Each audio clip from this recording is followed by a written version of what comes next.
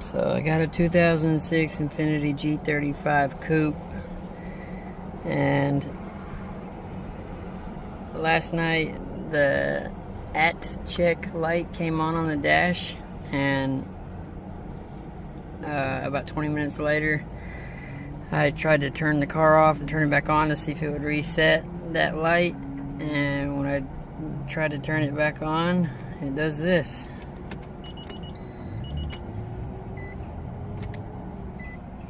Nothing. I'm turning the key over.